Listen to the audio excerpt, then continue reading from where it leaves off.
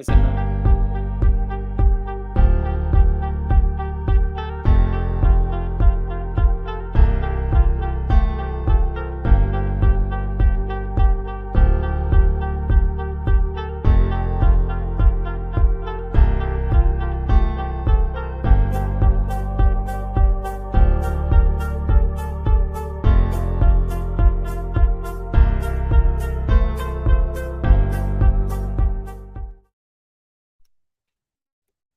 Okay, well, good evening, everybody. All right, I'm going to try and adjust this camera a little bit. Make sure we get Eric in there too. So, all right, we got, of course, Tyler, BroncBuster, Amy with BroncBuster, and Eric with Lone Star Ring Opinion. All right, so you've seen him on our show a couple times, and as a guest, we are here in his shop today. We've kind of been camping out here for a few days, I guess. Yeah, a couple of days. He can't get rid of us, so. We came in here last Friday, worked Friday and Saturday to install portals on what we are now calling our Bronco's name is Portal. I guess it's appropriate, right? Yep. So it took us a little while to come up with that, but it's unique, right? Anyway, so tonight we've been asking some questions out on the forums. We've been getting lots of questions.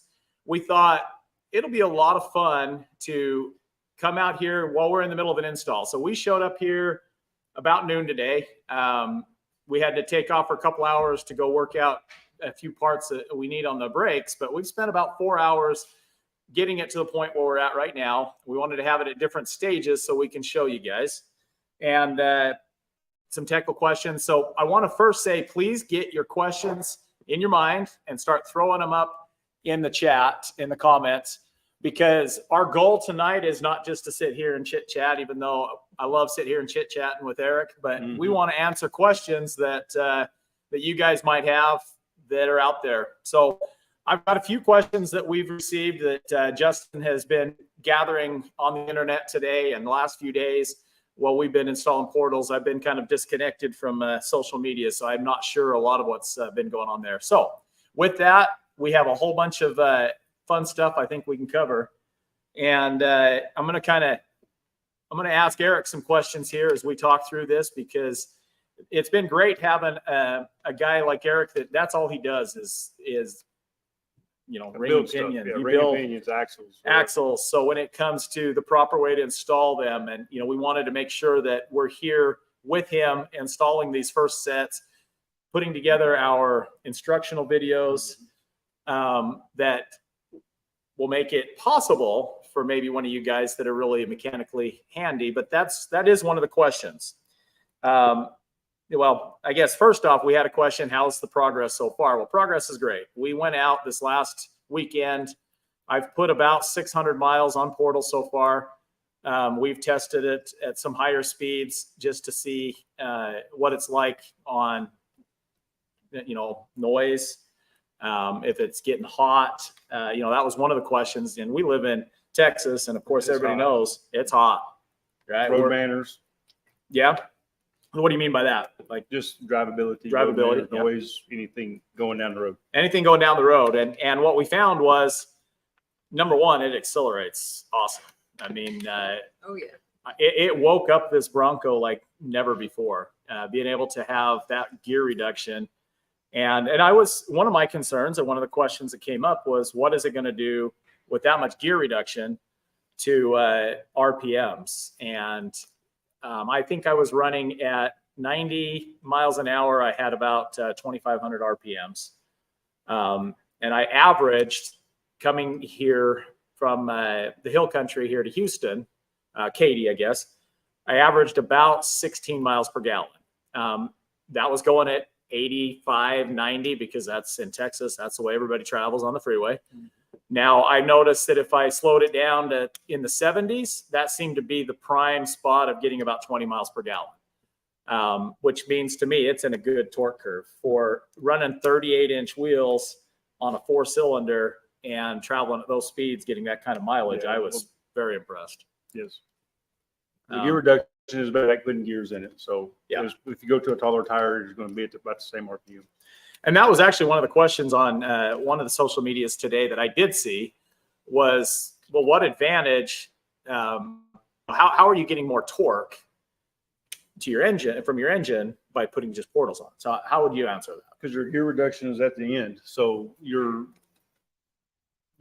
taking the stress off your drivetrain, basically off your axles, because you're adding the gear reduction at your tires instead of through your transmission and your axles. Right. And so with that extra torque being there, it's taking, of course, stress off of other areas. Yes. Right. Difficulty rating. That was another question, right? I'm going to say that in a lot of ways, it was easier than I thought. It was a little bit like, oh man, is this something that I want to try and tackle? There are a few things that I think it's important to note. If you plan on doing this in your garage, there's a few steps along the way. For instance, installing the tone ring. Yes. The tone ring goes on the end of the axle shaft. So tell us a little bit of what methods we could use. Technically on a tone ring, you need a press, or, I mean, you can heat it, put it on. That's not ideally the way I'd like to do it, but you really need a press to press the ring on, because it does not come pressed on. So again, like you said, if you heat it, if you distort that ring, then you're going to have some problems. Yes. So you can get a hot plate. Hot plate's you're not going to want to use a torch, because a torch can be a little bit dangerous to distort that. And a lot of times too, if you heat it, if you get it too hot and you put it on there, it's a one-time deal. That ring will not come off. Right. It basically just seizes itself on there. Right. So, that's going to be one of the big obstacles. We've kind of worked through some stuff on the brake lines to make that simpler. So we're actually going to make some changes to the kits that we're sending out that'll make the brake lines easier to install. So there are, a few things there. Having a general knowledge and understanding of bearings and gears and install. We're trying to cover everything in our video, so it can be a do-it-yourself project, but I'm going to highly recommend that you do have it installed by a professional. That's why we're working on, different parts of the country, getting it set up. But of course, Eric right here in Texas, this vehicle that's sitting right behind us, it came from Florida. He paid to have it shipped out here. And sometimes knowing that sending somebody you know and trust, and I can tell you, I know and trust everything that Eric does. So this is a great spot to have these installed, would be at Lone Star Ring and Pinion, Katy, Texas. You can find pretty much on the internet everywhere. Pretty much everywhere.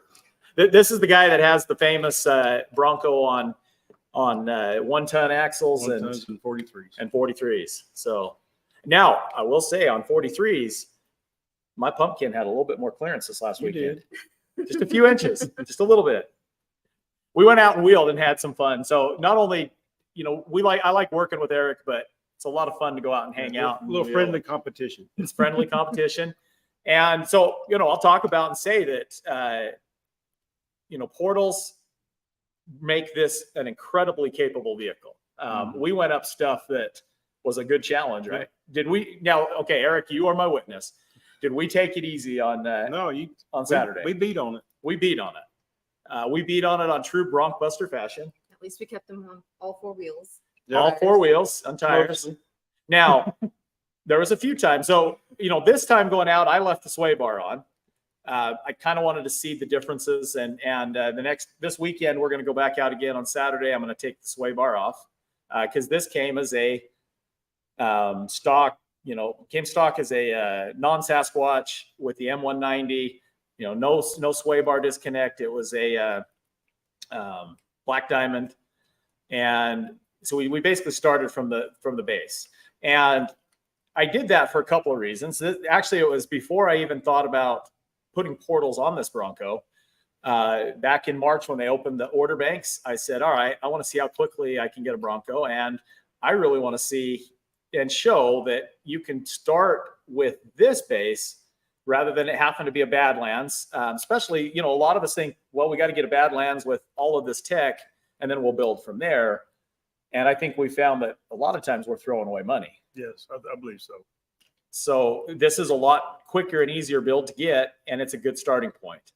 The one challenge that I had started over a week ago before putting the portals on, and that was with putting it to M210. We had two things working against us. Number one, we got done with the portals, and what happened? Yeah, the M210 didn't work. Right, it worked, but the It was a locker didn't brand work. new M210 and the locker wasn't working. So that was number one problem. We had to pull it all back. I was kind of almost in tears on Saturday because we worked hard to get this done. We're almost done. Mhm. And I will say, though, I came up with a new way with his ideas of being able to pull it without pulling the CVs. Took a little shimmying and dropping. And I had my son here on Saturday, and Levi and I both pulled it out in 27 minutes. We timed ourselves. That was a record. I don't want to do it again, but and I think we had it back in like 25 minutes. So it was, it can be done pretty quickly, and we've done it so many times. But I was still disappointed. Had to put a new locker in it, and but I guess the basis of showing this is you can start with this. It's a great starting point. And to answer some of the questions, why was our dash lit up when I went out and tested? Well, because we did the FAD delete, which if you guys don't know what FAD is, it stands for front axle disconnect.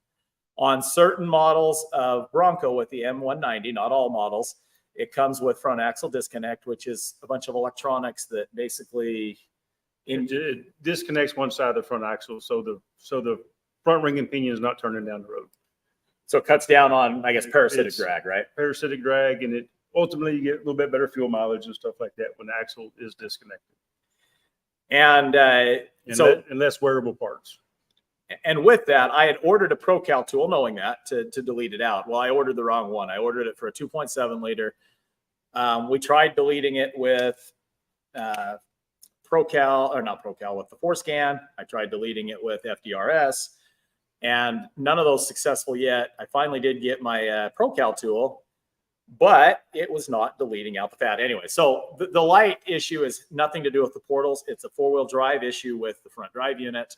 And we'll show that tomorrow when we get done with this one. This one came as a first edition. So, we'll pull it out of the shop and we'll show you guys what the dash looks like. But that is a completely unrelated issue right there. So let's see, what are some of the other questions, Amy? Open that up. Okay. Do portals work on all 6th gen Broncos? Yes and no. When I say all 6th gen Broncos, we are working on, in fact, I haven't even told Eric this yet, so I'm telling you now. We do have a Raptor show up tomorrow. Okay. So we're going to pull off the wheel. We got to verify a few things, and there will be some changes. It's got different axle shafts in the rear.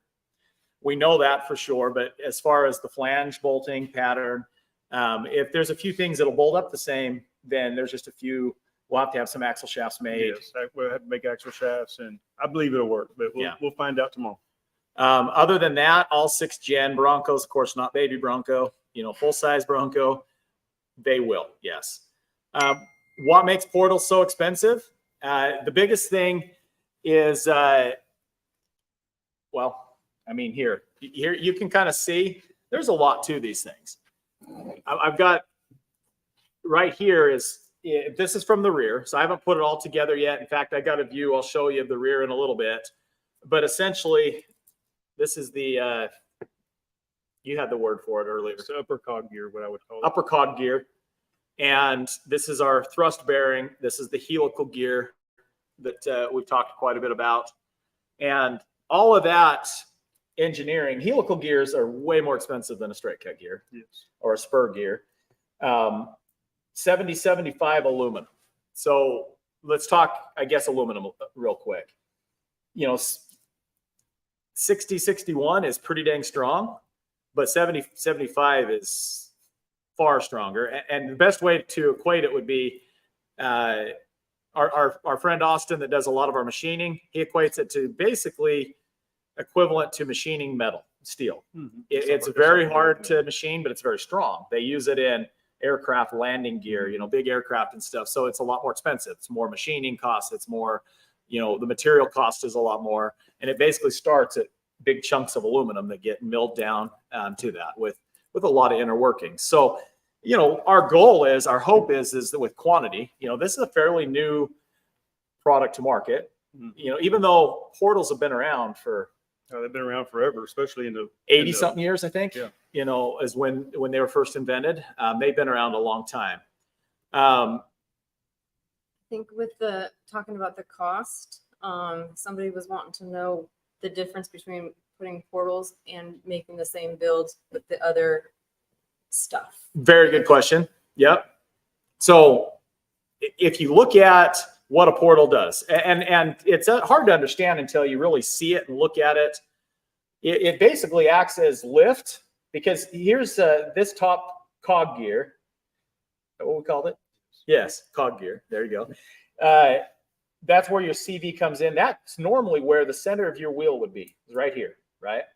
Now we go through, this is a idler gear, and then you have the bottom gear that you don't see it in place yet because that's part of the other half that slides in place. And that is what, actually, Doug, will you hand me that big monstrosity right there and I'll kind of show. I'm a visual person, so I like to show visuals. So this is the other half. That right there, you can see, is the upper cog gear, idler. I'm going backwards here.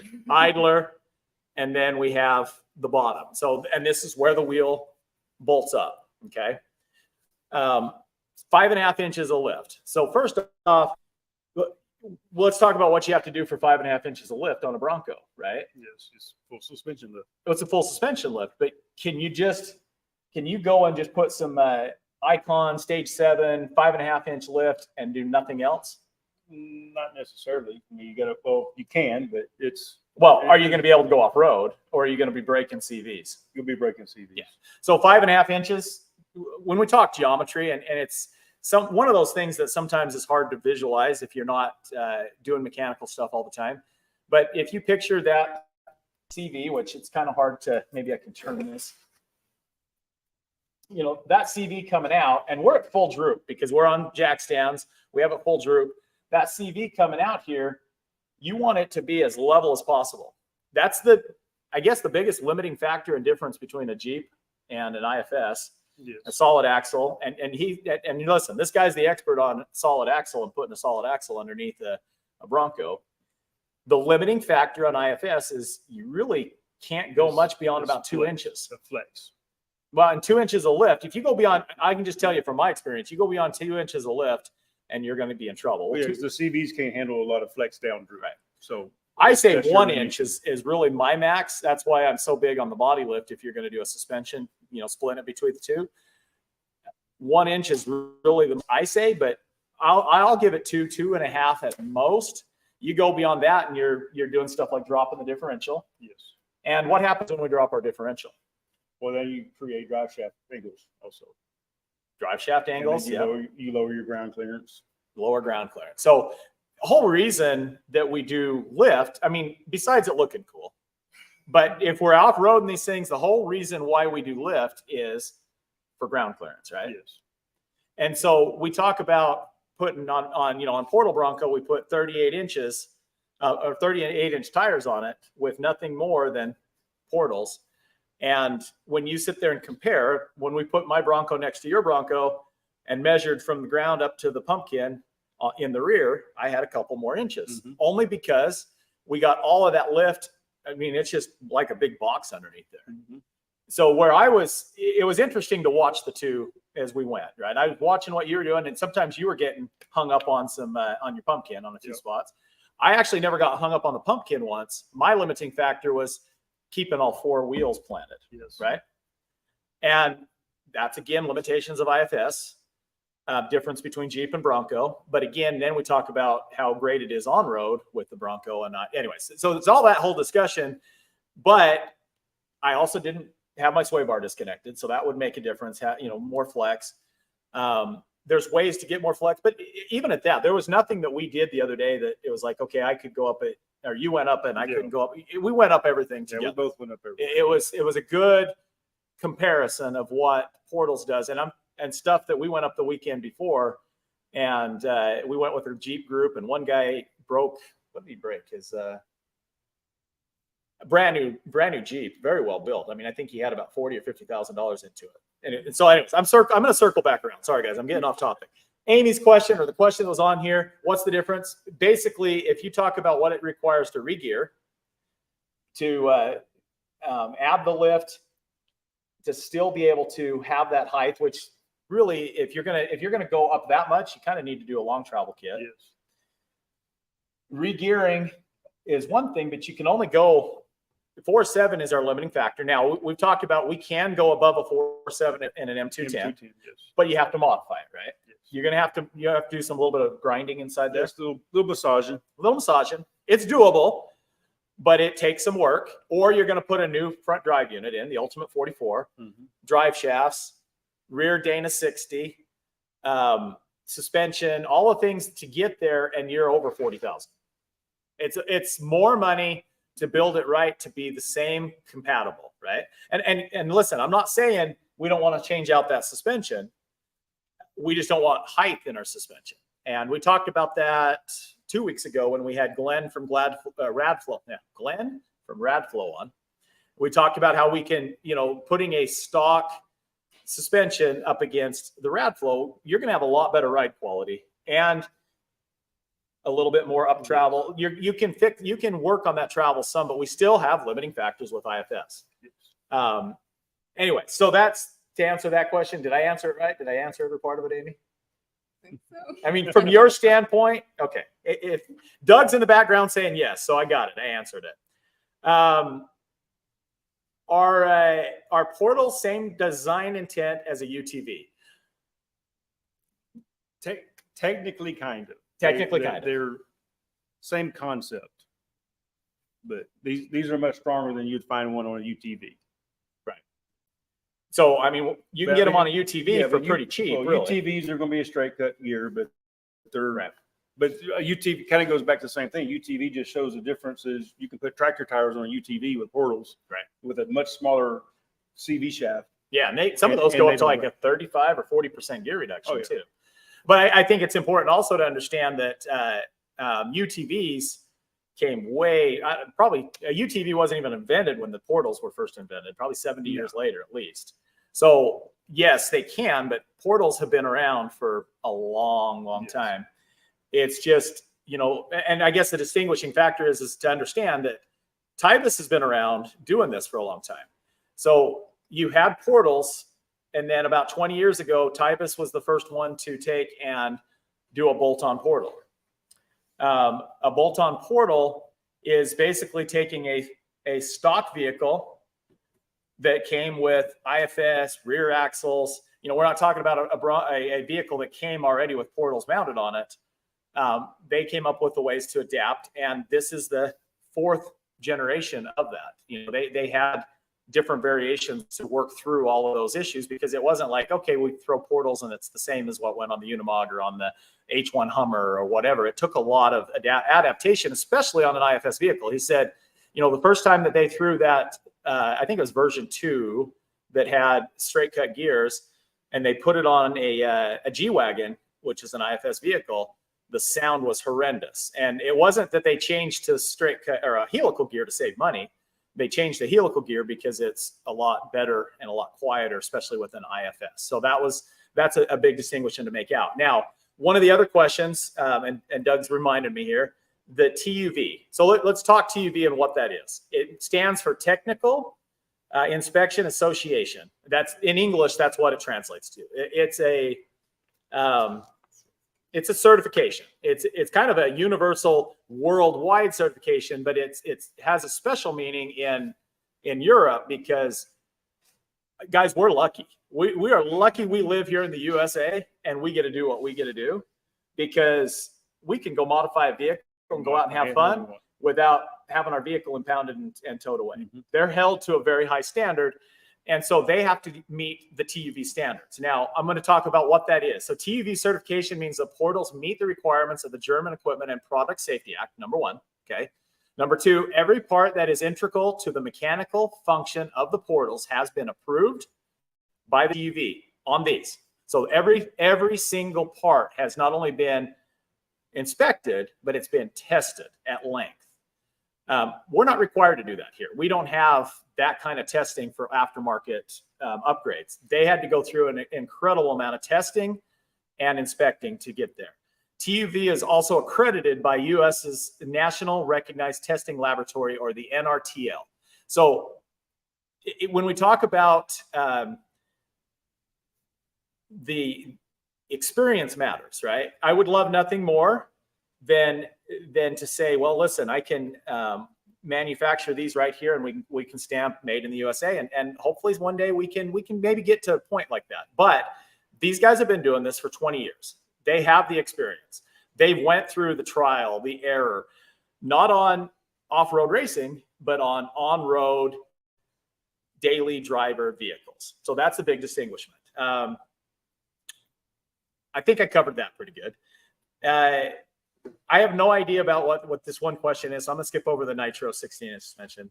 What else do I need besides portals? It depends on what you want to do. It's endless. It's endless. So Everything.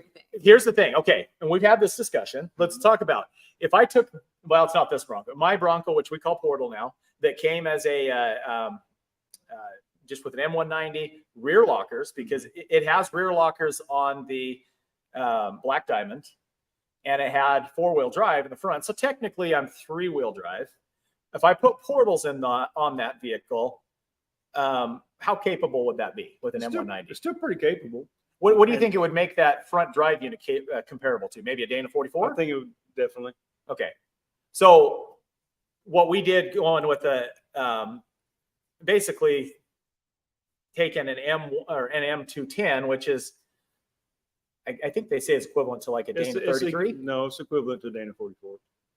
Okay. M210 is basically a Dana 44. It's just the front. Okay. So I guess, and then the Ultimate 44, the biggest difference is that it's a thicker, heavier housing.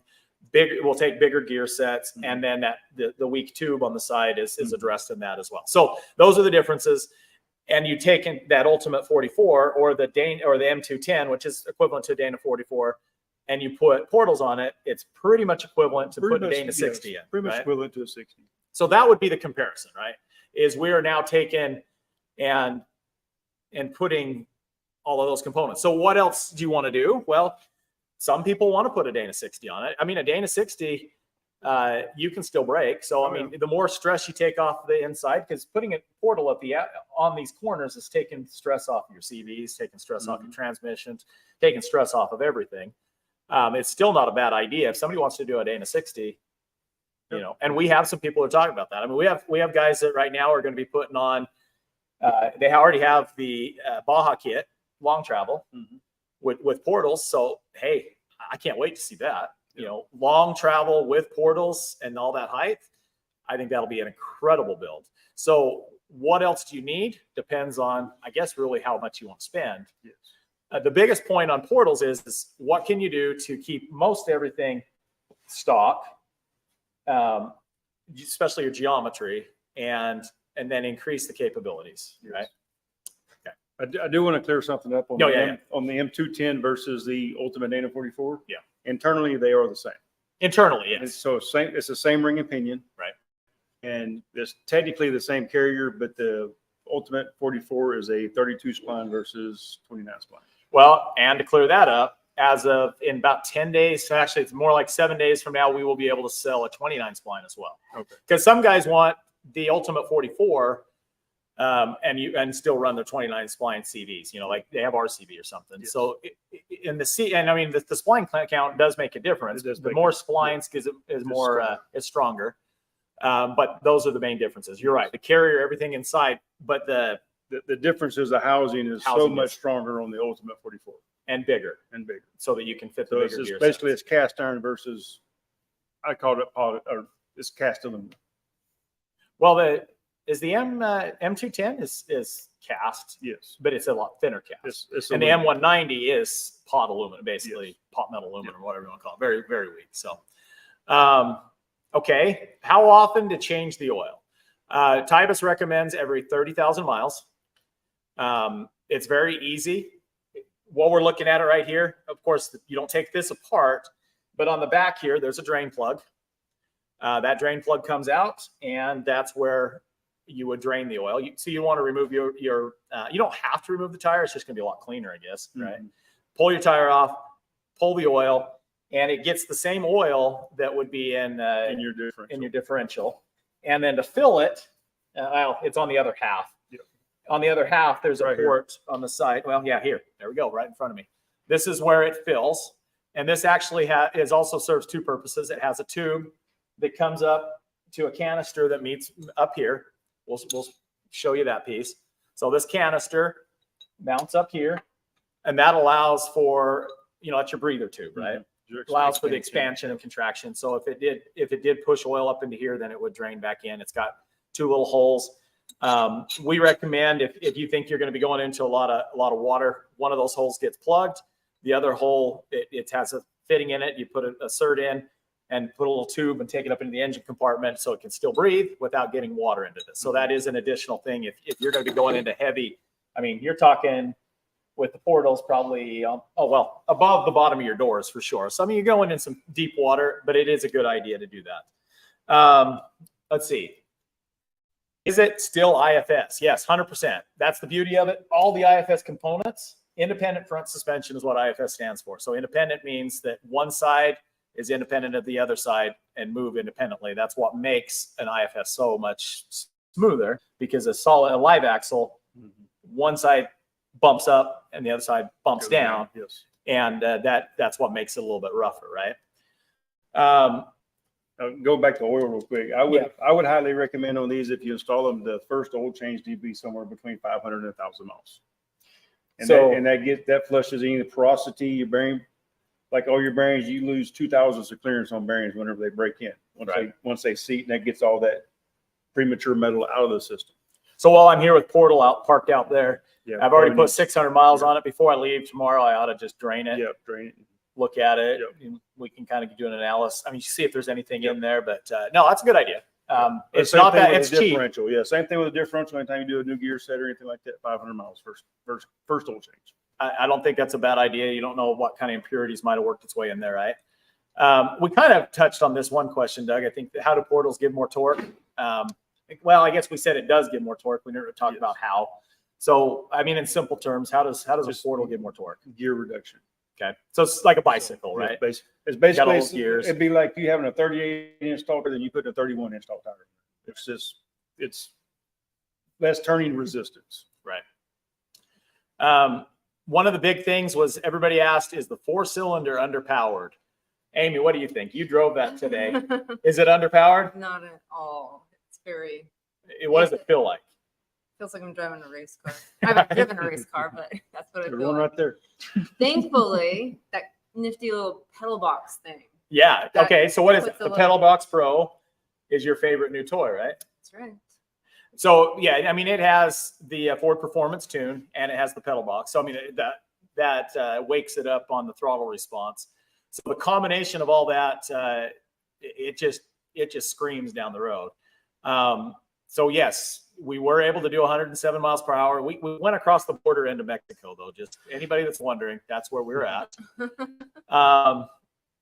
Let's see. That's where we raced at, is in Mexico.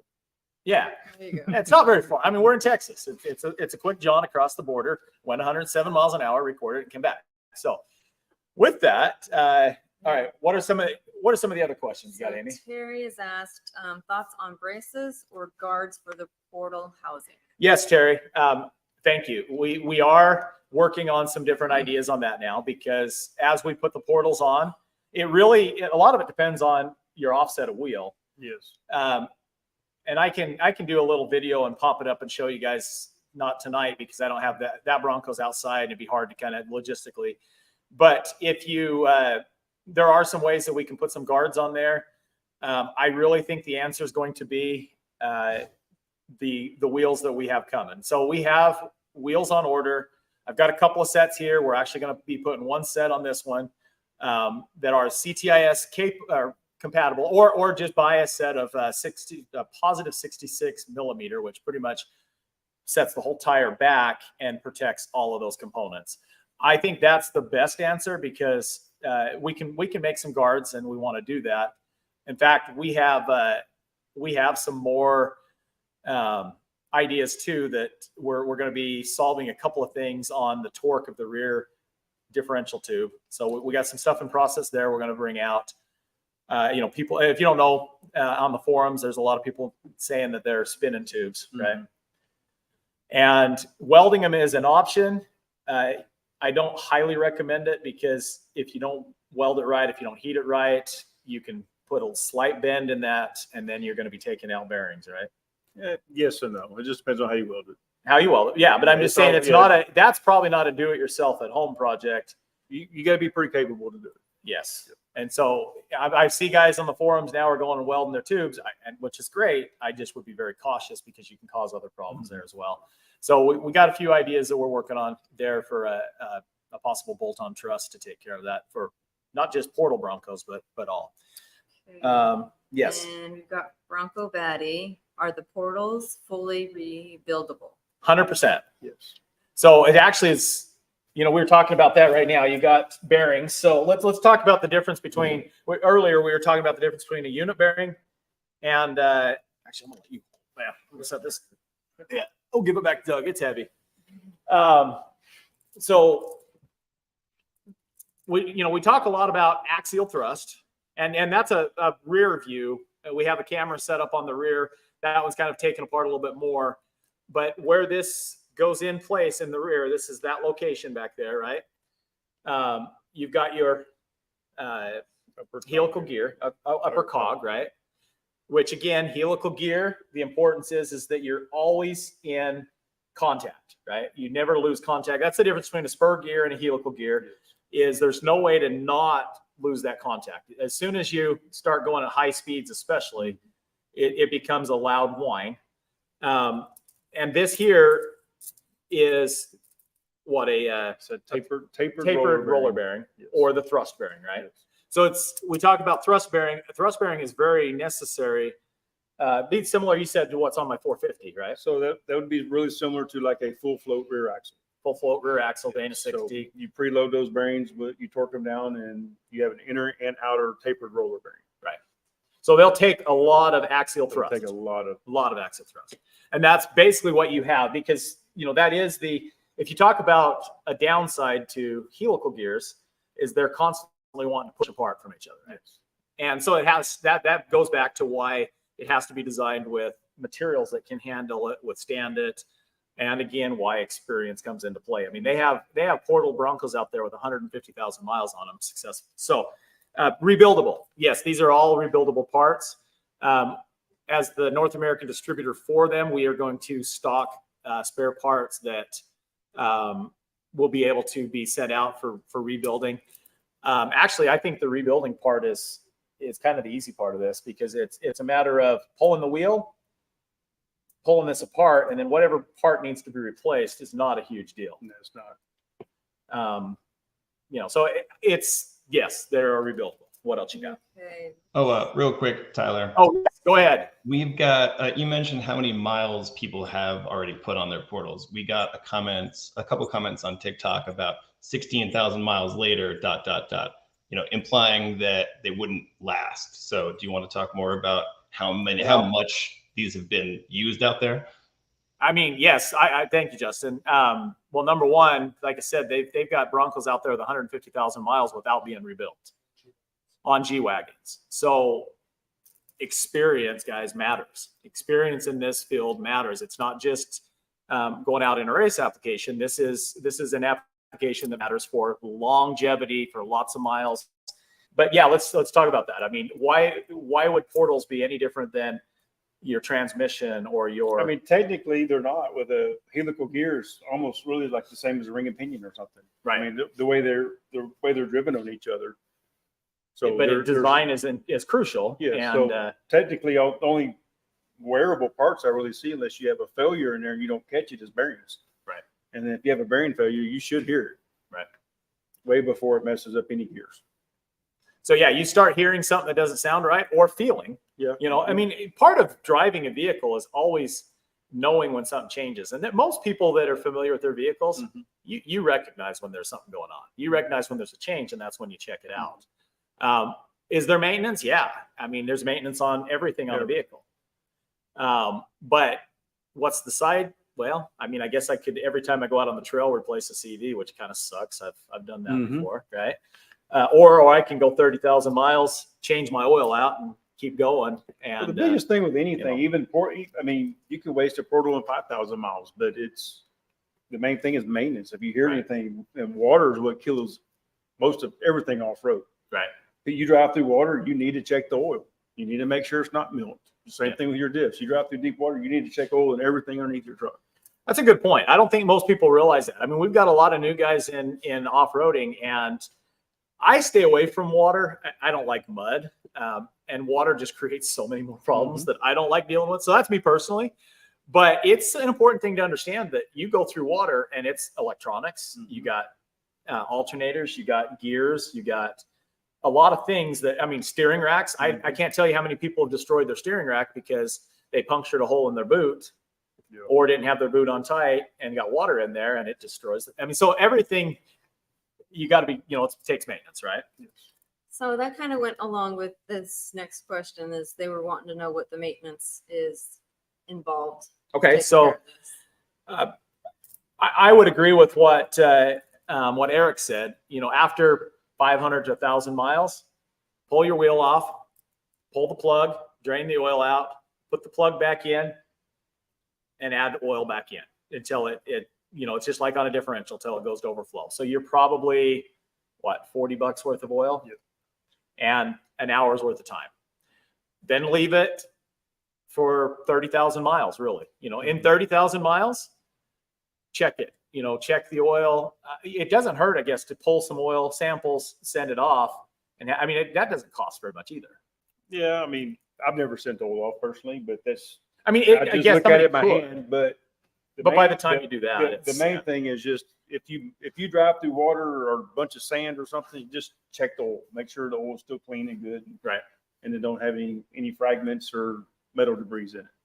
So fragment, you're gonna put the oil in a clear container. Number one, you're gonna be able to tell if it's milky. Number two, if you put some in your hand and you see a lot of shine, I mean, you're gonna see some shiny, even in a differential, even a brand new differential, especially that first time before you change the oil.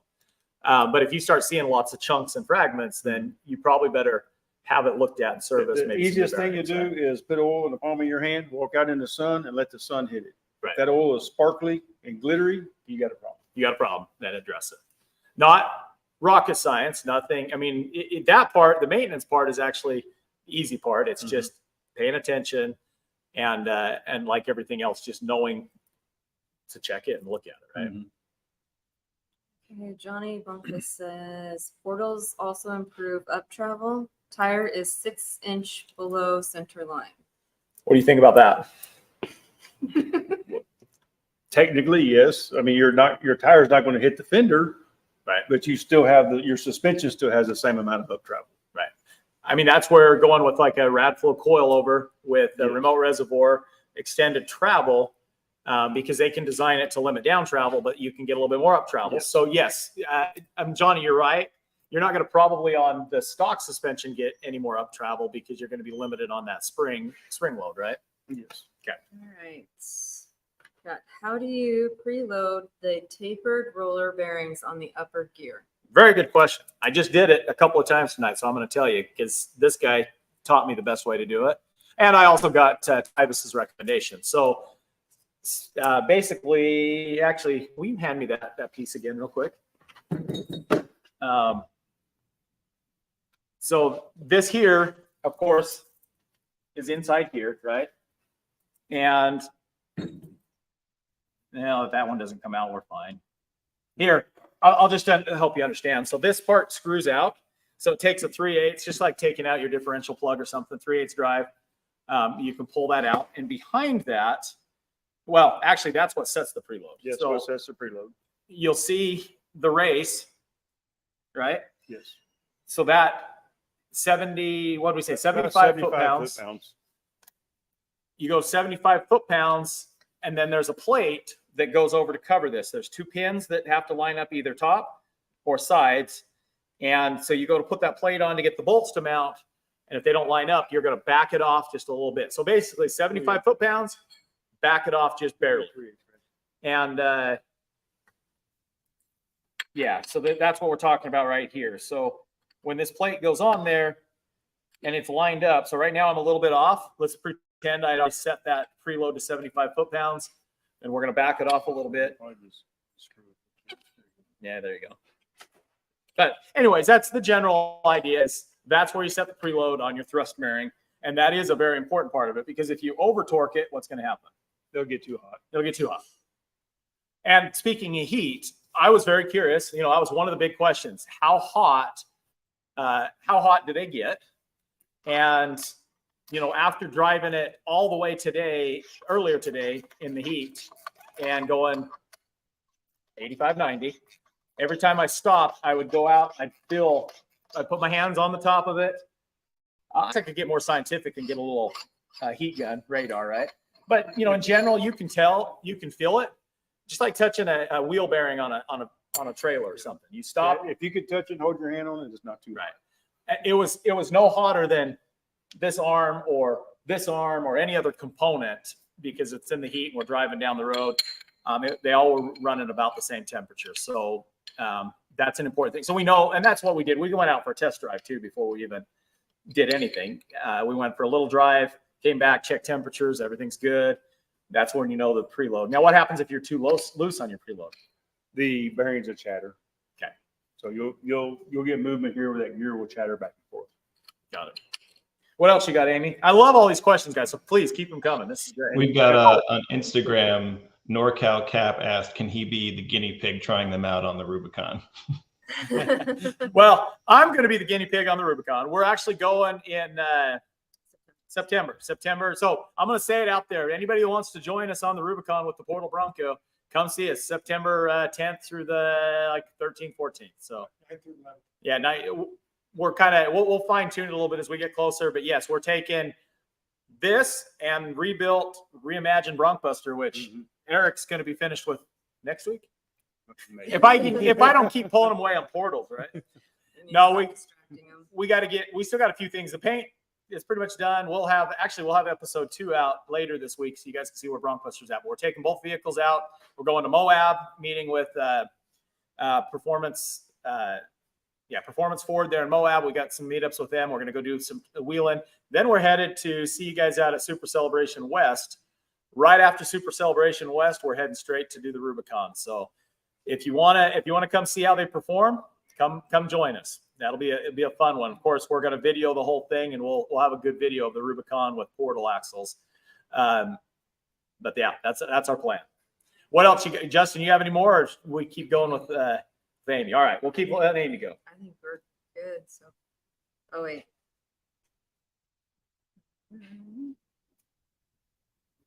Terry says he might as well take off another week. Yes, Terry, because Terry's going to have his portals on. In fact, Terry, I got to talk to you later tonight. Let's get yours scheduled because yours is sitting right over here, and we got to get this one on, and then I'm heading back to the hill country. We got one going on Thursday. We also have another one back here. Anyways, we got a few of them, but Terry's is in the mix to get yours installed for sure. We have. Do you maintain the factory wheel speed sensor in the front? Yes. Yes. So, well,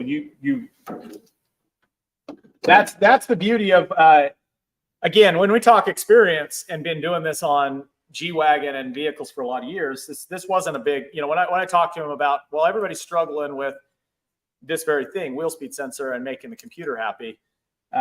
He just said, that's not a big deal for us. Yes. So basically they've designed in the same tone ring as the Bronco that goes in here in this gear in the you can't see it in here, but the actual tone ring is right here, so the sensor comes in and rides against that tone. So it's relocating from here, and it comes up and it goes somewhere right here. You go. Oh yeah. Here. It actually goes right here. I Mm. think that's the rear. Oh, that is the rear. Okay. Anyways, yes, It goes right here. It goes right here, and it sits in there and it reads it identical. So as far as the computer knows or understands, it is the complete same on the wheel speed. So once you go and do everything on the computer's happy, no problems. Yes, looking forward to seeing you as well. I can't wait to go to and see everybody there at Supercell. So I would love to go to every event. There's so many events coming up, but it's so much work. We're doing all these installs, and we've got all these new products that we're bringing out. And I don't know, it'd be fun if we could just be on the road all the time, right, Amy? Yeah. Except for Amy's liking being home right now, even though we're working a lot of hours at home doing all these installs. And I'll tell you what, I can't do this without this gal right here because she keeps me in line. She keeps everything organized. I try. She tries. It's not Well, working so well. it's not an easy job, but she keeps everything organized and ahead of us. So, I mean, literally, we've got all the portals about bolted on, and so from unbolting, taking everything off took us about 2 hours, and then we start assembling. I believe that's about a 4 to 5 hour project, and then everything. It's a lot of little stuff from there. It's a lot of little stuff. It's a 12 to 14-hour job turnkey. And I think after you do it a couple of times, like I think this time we'll get it a little less because we dialed in the brake lines a little better, and so our goal is to get that down to 8 and 10 hours for a shop and stuff. But it's a 2-day project. I mean, you're probably not going to start in one morning and finish in that night. A shop, I guess, talking about a shop, definitely if you're doing it yourself in your garage. And let's talk about that. So we are, as we're building this dealer network, guys like Lone Star here, if you have them install it, these will come with a full 3-year warranty, up to 40-inch tires. Anything past 40-inch tires, and no, we maybe can't do that. But up to 40-inch tires, which is more than anybody else will offer on them, will be warranted for 3 years. If you want to do them yourself, that you're more than welcome to. It'll just be a 12-month warranty. And that's based on what Tyvis's requirements are. And I think that's even more than generous because there's some stuff in here, if not done right, can take it out in a short amount of time. So this is definitely spend a little bit extra, take it to somebody trusted. Anymore, it's not that much to ship a vehicle, to like you and have a pick back up. So I recommend that. I recommend having somebody like Eric because you're going to get it back done right. So anyways, that would be the answer to that for sure. Bjorn had a follow-up question about the speedometer. Let me pull that up. Speedometer discrepancy from reading off of the upper gear pre-reduction. Well, it's the same. You got to do your math on, okay, so if you have 4 7s, then you're going to multiply that out 4 7 times 1.22. Well, actually, Tyvis has incorporated that in here. So if you look at the diameter of this ring versus the diameter of the stock ring, they incorporated that in here. So your wheel speed is the same.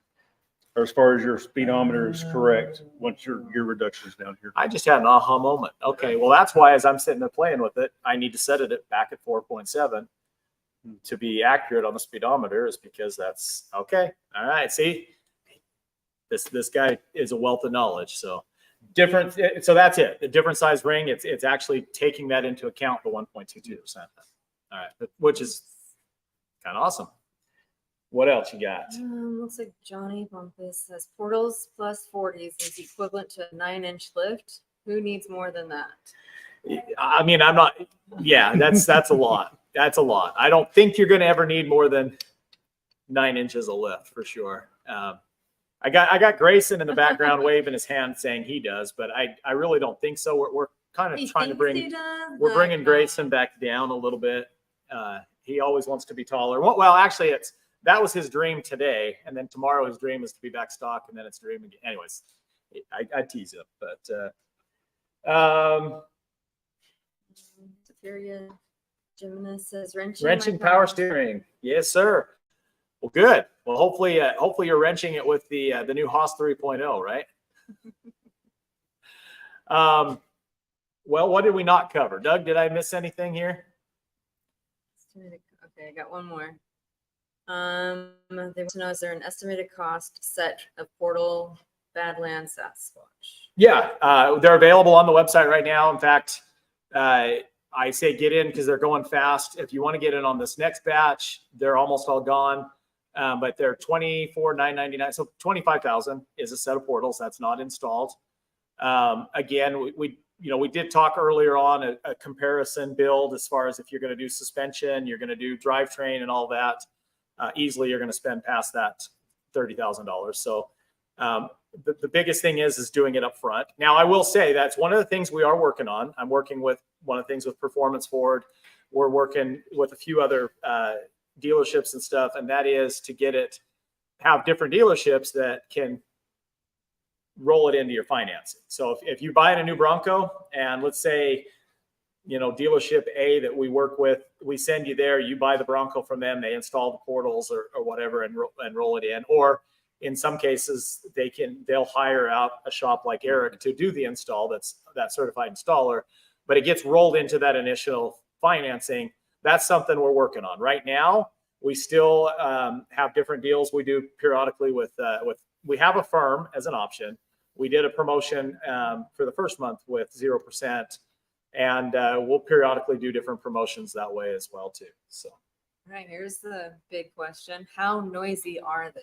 very good question. So, at 107 miles an hour, all I could hear was a little bit of wind noise and very quiet. I thought I'd hear something.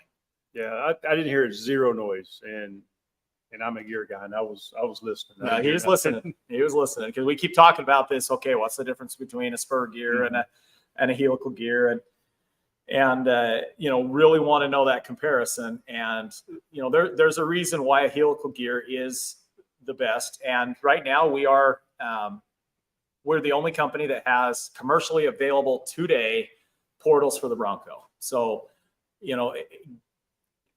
not only that, but they are the best designed. And there was a reason why through our research, we went and came around to where we did to land with Tyvus. And it was kind of a fun story, an experience that I felt was for a reason, but these guys have the experience, and that's why we've partnered with them to bring it to you guys. So it is the best option, 100%.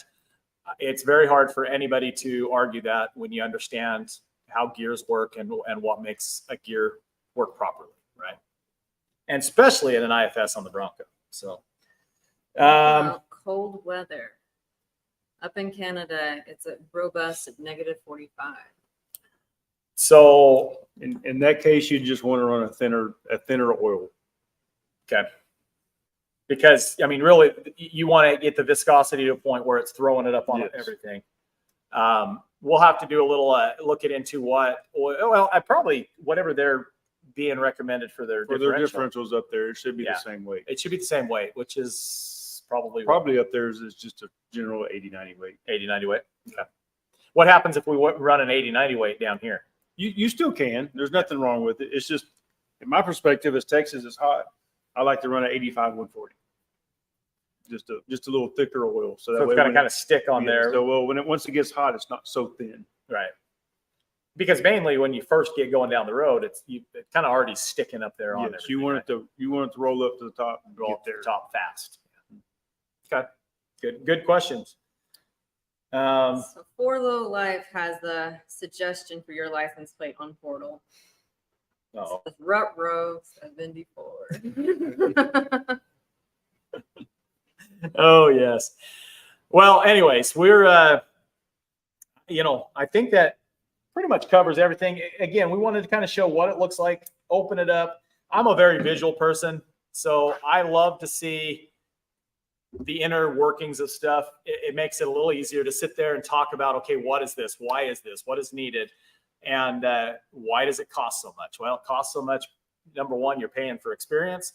And number two, you're paying for quality made parts. So that hopefully sums up for you guys why this is the best option for portals on the market. And really why we're put, the only reason I'm putting so much effort and time into showing this isn't, it's our whole platform has been based on, from day one, how can we solve problems on an IFS vehicle? We love the Bronco. We love the ride quality, and everything we do is based around solving problems. Okay. I look at something and I say, okay, what's the best way to solve that? And trust me, I've tried just about every combination of suspension and, from the cheap puck lift to the nice suspension, and it's still breaking stuff. So, for a couple of years, I've been looking at, since I got my first Bronco, I've been looking at portals, but portals weren't available for the Bronco.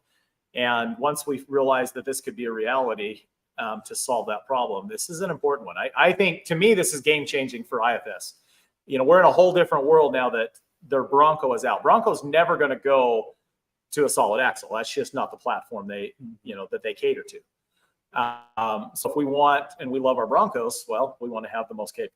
Or you could always call up Eric, and he'd be more than happy to solid axle swap your Bronco as well. There are options. It's all about what you want. I'm not saying that that's not a good option. It's just, it is too a very expensive option. Really, more expensive. Or about comparable. It's a little bit more, but it's pretty comparable. Yeah. So if you're that guy that wants solid axle, this is the guy that can do it. So with that, we got one more from Tiarco.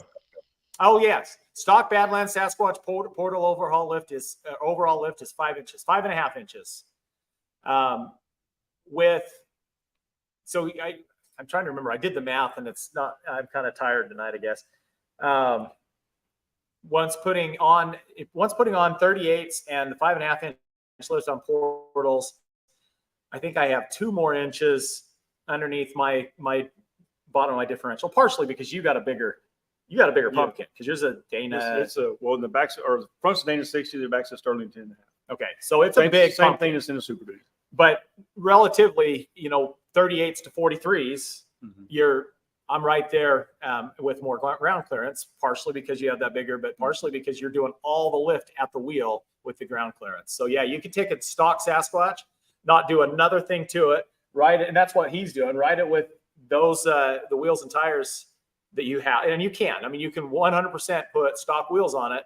You're a little wider, and that's why we're offering the wheels as well with a positive 66 that brings that back in, so you're not quite so wide. So a lot of options, and I think I'm being told that we are at our hour. We try and keep it at that hour so we don't bore you guys too much. We appreciate you coming on and all the questions. The questions is what really makes this a lot of fun, and thanks, Eric, for being on with us tonight. Anytime. So with that, we will go ahead and say good night, and we'll see you next week.